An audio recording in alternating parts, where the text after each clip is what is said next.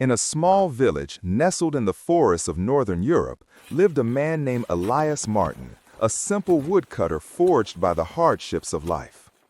Every day he toiled among the towering trees, cutting wood and selling it to earn his daily bread.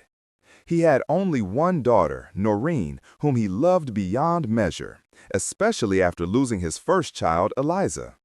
He was unable to find a cure for her illness at that time, as medicine was rudimentary and limited.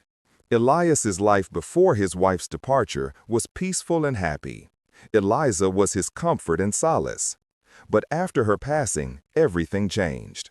7-year-old Nurin was left alone with her father, resembling her mother in her features and the warmth of her gaze. So great was her love for him that she refused to leave his side for even a moment, even when he went out into the forest. Elias tried to persuade her to stay home, fearing for her safety amidst the forest's wild animals and the winding paths between the trees. But she clung to his robe, saying in her small voice, "I won't let you go alone, Father. The forest isn't scary if you're with me." The father yielded to his heart rather than his head, and began taking her with him to the forest every morning. She would sit by the small fire, preparing his tea, while he chopped down trees and gathered firewood. One winter day, as the storms began to blow, heralding the end of the season, they went out as usual. Elias left his daughter near the small tent and told her not to go far. But the sky suddenly changed. Lightning, thunder, wind, and torrential rain.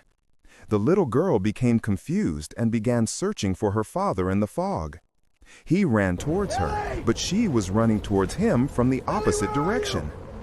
Stay where you are! I'm coming! Lily! Answer me!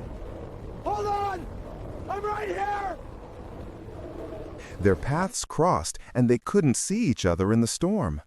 When Elias returned to where she had been, he found only small traces that had disappeared under the rain.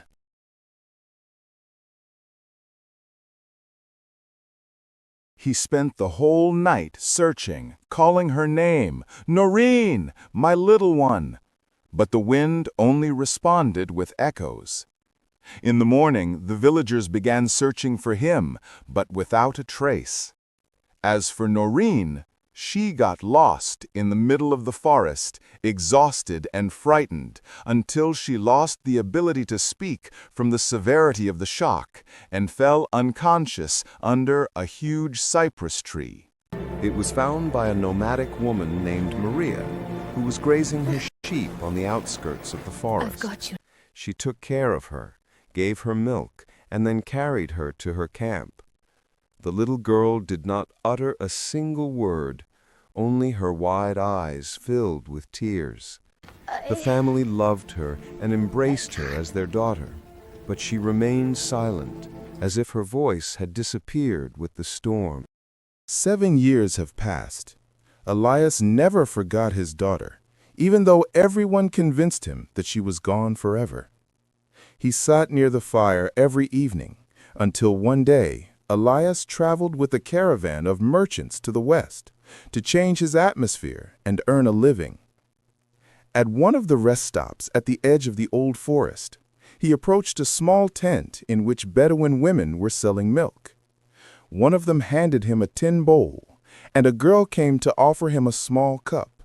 He raised his head, looked at her face. The place froze. It was her, Nurin. He took a step back, his voice trembling. "Nurin, is it really you?" Nurin, her eyes welled with tears. "Father, Father!" Maria ran to them, astonished to see them embracing, as if time had stopped. She knew then that the girl she had raised for 7 years was not an unknown orphan, but the daughter of a man who had lost her in the storm. Elias returned with his daughter to the village. Elias walked down the dirt road, holding Noreen's hand. The villagers smile at them, and the sounds of birds fill the horizon. The little girl arrives at the threshold of the new house, turns to her father and smiles. a kind woman comes out the door, opens her arms, and embraces her. Thank God, the light has returned to my house. Elias returned his daughter to the village, praising and thanking God, who returned his daughter to him after he thought she had left with the storm. Thus, in the heart of the forest, there remained a trace of love that could not be extinguished by storms. It was never over. It was just hidden. Some secrets refuse to stay buried.